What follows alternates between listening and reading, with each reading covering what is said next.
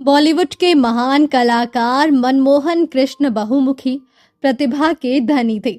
वो बेहतरीन एक्टर होने के साथ ही उम्दा डायरेक्टर, प्रोड्यूसर भी थे। उनके बारे में बहुत कम लोग जानते हैं कि वो बॉलीवुड में बतौर सिंगर अपनी पहचान बनाना चाहते थे, लेकिन किस्मत ने उन्हें एक्टर से डायरेक्टर बना दिया।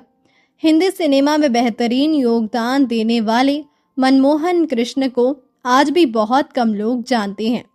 तो आज बात मनमोहन कृष्ण जी की तो करेंगे ही, साथ ही करेंगे उनके परिवार के बारे में। तो हर बार की तरह आपको याद दिला दें, अगर आप हमारे चैनल पर नए हैं तो चैनल को सब्सक्राइब जरूर कर लें।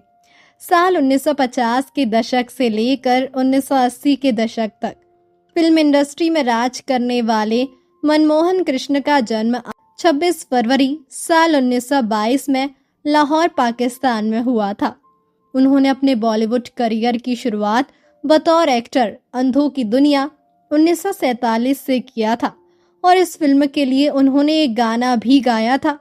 फिल्म में लोगों ने उनकी एक्टिंग और आवाज दोनों की जमकर तारीफें की थी।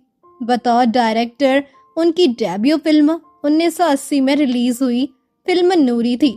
फिल्म बहुत सफल रही। मनमोहन कृष्ण ने 4 दशकों तक हिंदी और पंजाबी फिल्मों में काम किया है और 250 से अधिक फिल्मों में काम किया।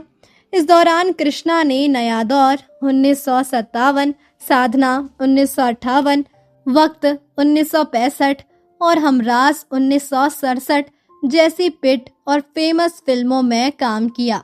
हिंदी फिल्म में अपने लंबे करियर के दौरान वो उम्दा एक्टर्स में गिने जाते थे। अपनी शानदार एक्टिंग की वजह से उन्होंने कई सारे फिल्मों के अवार्ड भी जीते थे।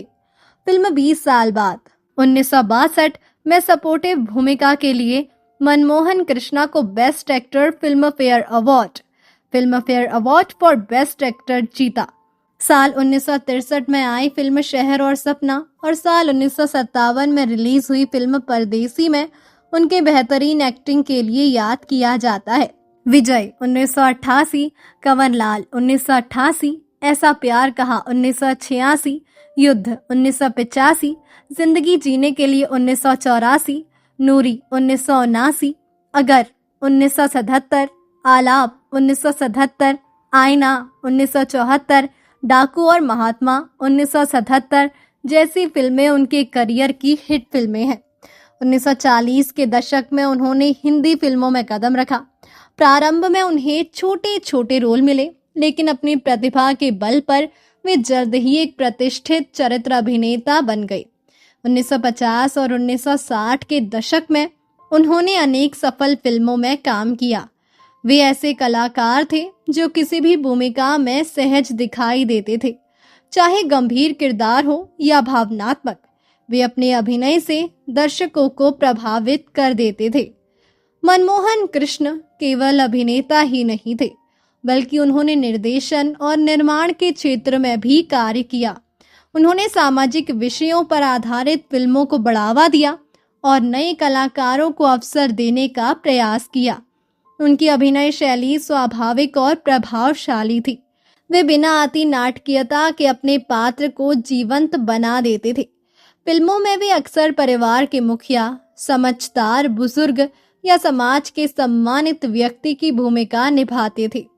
मनमोहन कृष्ण अपने निजी जीवन में सरल और विनम्र स्वभाव के व्यक्ति थे। वे कला, संगीत और साहित्य में गहरी रुचि रखते थे। फिल्म उद्योग में उनके सहकर्मी उन्हें एक सज्जन और सहयोगी कलाकार के रूप में याद करते हैं। वही बात उनके निजी जीवन की करें तो महान चरित्र अभिनेता और निर्देशक मनमोहन कृष्ण के परिवार में उनकी पत्नी, बेटे और नाते रिश्तेदार शामिल हैं। उनकी पत्नी नंदिनी दिल्ली के इस्लामिया कॉलेज में इतिहास की प्रोफेसर थी। मनमोहन कृष्ण का एक बेटा है जिनका नाम है डॉक्टर राम चड्ढा। वो मुंबई के जाने माने स्पाइन रीढ़ की हड्डी सर्जन है और लीलावती अस्पताल में कार्यरत है। आपको जानकर हैरानी होगी कि फिल्म इंडस्ट्री में आने से पहले मनमोहन कृष्ण एक प्रोफेसर थे। उन्हें कॉलेज में बच्चों को पढ़ाना पसंद था। उन्होंने फिजिक्स से एमएससी किया था। ये बातें उन्होंने खुद एक इंटरव्यू के दौरान बताई थी। कॉलेज में 2 साल तक बच्चों को पढ़ाने के बाद उन्होंने बॉलीवुड की तरफ रुख किया, क्योंकि उनकी दिलचस्पी हमेशा सिंगर बनने की रही और वो हमेशा से रेडियो ज्वाइन करना चाहते थे। अपने बॉलीवुड करियर में मनमोहन कृष्ण एक सिंगिंग रेडियो शो कैडबरी की फुलवारी की भी एंकरिंग की।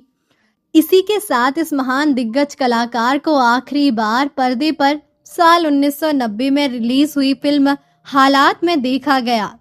इसी साल इस महान दिग्गज एक्टर ने 68 वर्ष की आयु में मुंबई के लोकमान्य तिलक अस्पताल में इस दुनिया को हमेशा के लिए अलविदा कह दिया। अभिनय से कई पीढ़ियों का मनोरंजन किया। उन्होंने चरित्र भूमिकाओं को नई पहचान दी और अपनी सादगी पूर्ण अभिनय शैली से दर्शकों के दिलों में स्थायी स्थान बनाया। आज भी उनके फिल्म और उनके द्वारा निभाए गए किरदार भारतीय सिनेमा के इतिहास में याद किए जाते हैं। तो दोस्तों, अभी के लिए बस इतना ही। मिलते हैं अगले वीडियो में। तब तक आप अपना ध्यान रखिए। Bye bye.